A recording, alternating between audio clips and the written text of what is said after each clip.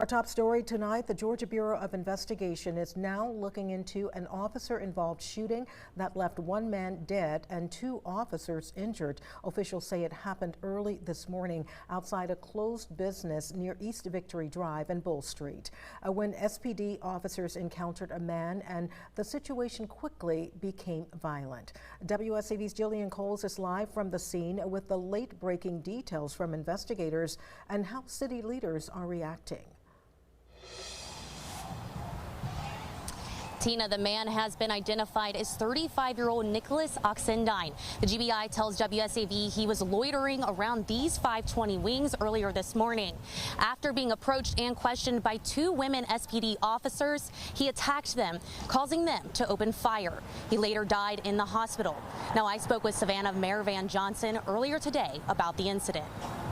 This is a very difficult situation for any police officer at any time to ever be put into a situation where they feel that deadly force should be used. Mayor Johnson speaking on the fourth officer-involved shooting this year in Savannah. He says he received an early morning call from Police Chief Lenny Gunther. Two women officers were injured in the Starland district and were taken to the hospital where they are recovering from minor injuries. Obviously, both of them are shooken by this incident.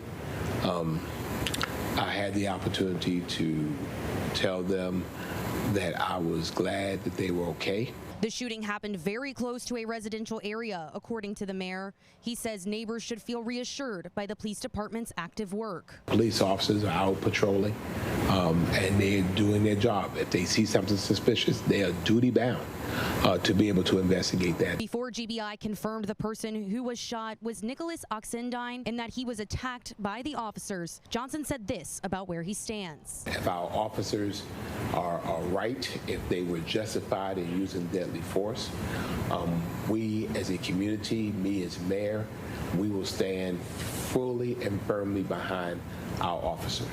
However, if the investigation proves otherwise, that the officers acted outside of training or the law, then we will hold that officer accountable.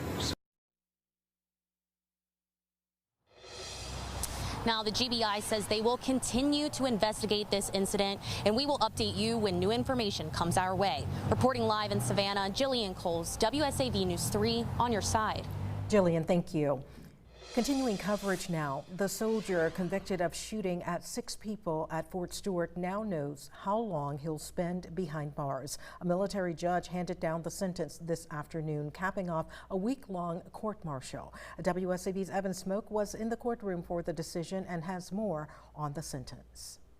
5 days after being found guilty of 6 specifications of attempted murder, soon-to-be former Sergeant Cornelius Radford found out that he could potentially spend the rest of his life behind bars. Radford was convicted last week of 2 specifications of attempted premeditated murder and 4 specifications of unpremeditated murder. He was given a life sentence with the possibility of parole for each offense. Of note, the judge said the sentences for the unpremeditated offenses were higher than the listed parameters, but he chose to upgrade the sentence due to injuries suffered by those involved and damage to the mission inflicted by the incident. These sentences are set to be served consecutively. Radford will also be dishonorably discharged, forfeit all pay and allowance, and be reduced to the pay grade of an E1.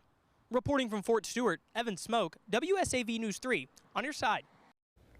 A Bluffton man already accused in his mother's death is now facing additional charges tied to the same violent incident. Authorities say the new counts stem from allegations he also attempted to stab his brother inside their apartment. The Beaufort County Sheriff's Office says a 21-year-old Brian Palacios is already charged with murder in the death of 50-year-old Elisa Palacios, who deputies say was found stabbed to death inside a Bluffton apartment on June 16th. Authorities confirmed the new charges, attempted murder and a second felony weapons count, are connected to allegations he also tried to stab his brother. Investigators say the case remains active as they continue working to determine exactly what led up to the deadly confrontation inside the home. A newly filed federal lawsuit making serious allegations involving several local law enforcement leaders and prosecutors, including former Brunswick Judicial Circuit District Attorney Jackie Johnson.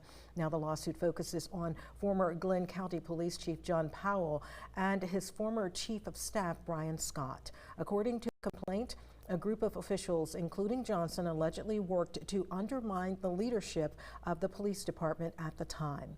It claims the conflict goes back several years and involves a series of internal disputes, high-profile cases, and efforts to reorganize law enforcement in Glenn County. Now, the filing also references a 2018 officer-involved shooting, issues tied to an internal narcotics task force, and later a grand jury testimony connected to those events. It further alleges that some witnesses were pressured or offered immunity in exchange for their testimony. Those claims have been denied by the defendants in related proceedings. Now, at this point, the case is still in its early stages, and none of these allegations have been proven in court.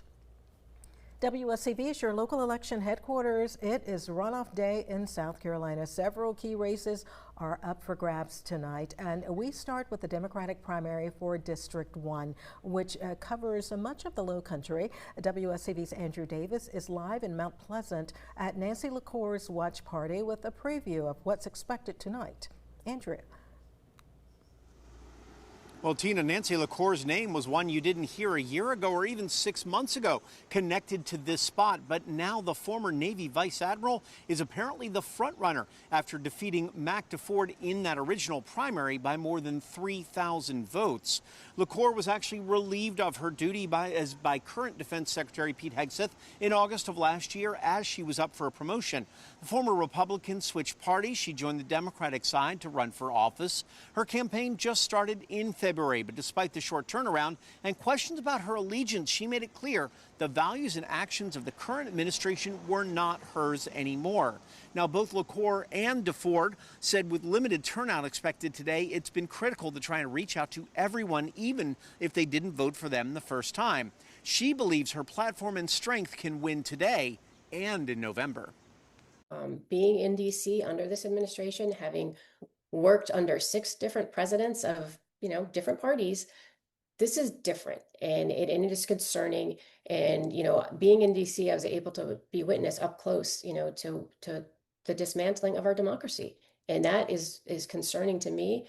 It's terrifying, I think, for us as a nation, and I want to be a part of making sure that stops. Now, LaCour was recently endorsed by the mayor of Mount Pleasant, where we are right now. The seat being closely watched nationally as well. Experts say what was once a very easy Republican hold is now considered a relative toss-up in South Carolina. Of course, there's still a lot of work to be done for any Democrat to try to get this seat back for the first time since 2020 when Joe Cunningham won it. We'll be here all night with those results and get you all the details coming up soon. Andrew Davis, WSAV News 3 on your side. Andrew, thank you.